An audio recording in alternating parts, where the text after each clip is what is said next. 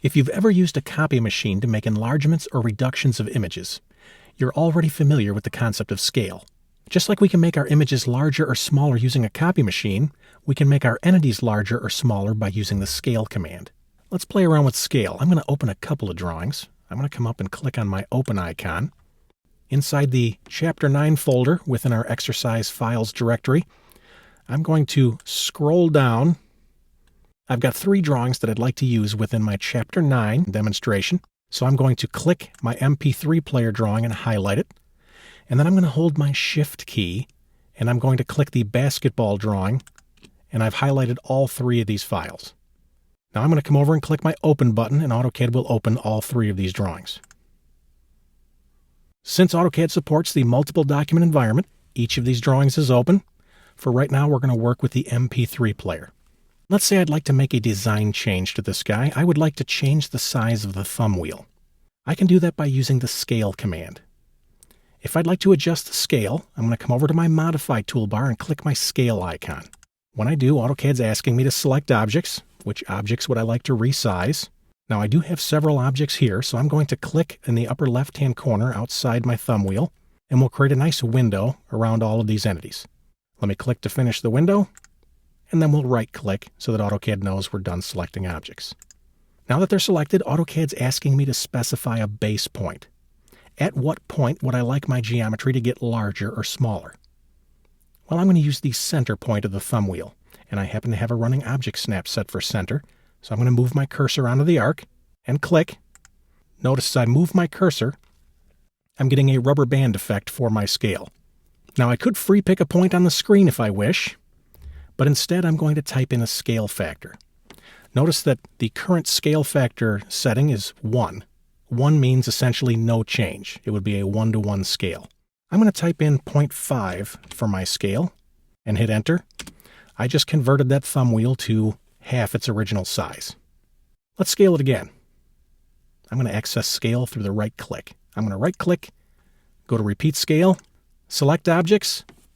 Let's use a key in. How about if I said P for previous and hit enter? I just reselected that geometry. Let me right click to finish the selection. Specify base point. Once again, I'm going to make this larger or smaller based on its center point. So I'm going to move my cursor onto the arc and click. And this time I'm going to apply a scale factor of 2. I would like to make this thumb wheel twice as big as it is right now. When I hit enter, I just changed the scale. Now this is an example of using the scale command for a design change. Scale also comes in handy when we have trouble with our units. Let me show you what I mean. I'm going to close this drawing. Let me come up and click the little X to close this drawing. And remember that I still have 2 other drawings open. Let's do a side-by-side comparison. I'm going to come up to my window pull down, and I'm going to come down and select Tile vertically.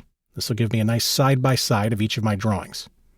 If I click in a window, that window becomes active. So I can adjust my view. Let me pan this guy a little bit. Let me click in my basketball drawing. We'll pan him over just a little bit. Now, the drawing on the left was created such that 1 unit equals 1 foot. The drawing on the right was created such that 1 unit equals 1 inch. Watch this. I'm going to drag my basketball from its drawing into the basketball court drawing. I can do that by clicking on the entity.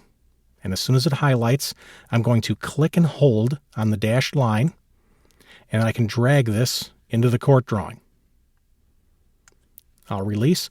Notice my basketball is coming in way too big.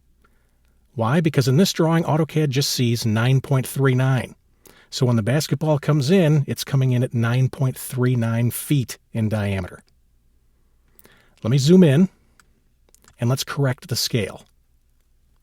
I'm going to change the scale by launching my Scale command. Let me come over and click the Scale icon. And in the Select Objects prompt, I will select my basketball, and then I'll right-click to finish my selection. Base point, let's scale him about the center point. I'll just move my cursor on the arc because I have a running object snap set for center, and I'll click. And what is my scale factor? Well, the difference between inches and feet is 1/12. So I'm going to type in 1/12, just like the fraction. And when I hit enter, I've just scaled that basketball to the appropriate size. In fact, if I was to use the move command, select my basketball, Specify a base point. We'll pick any point here. We'll zoom in. It will, in fact, fit through the hoop now. Whether we need to resize our entities as part of a design change or to correct a difference in drawing units, we can accurately make our entities larger or smaller by using the scale command.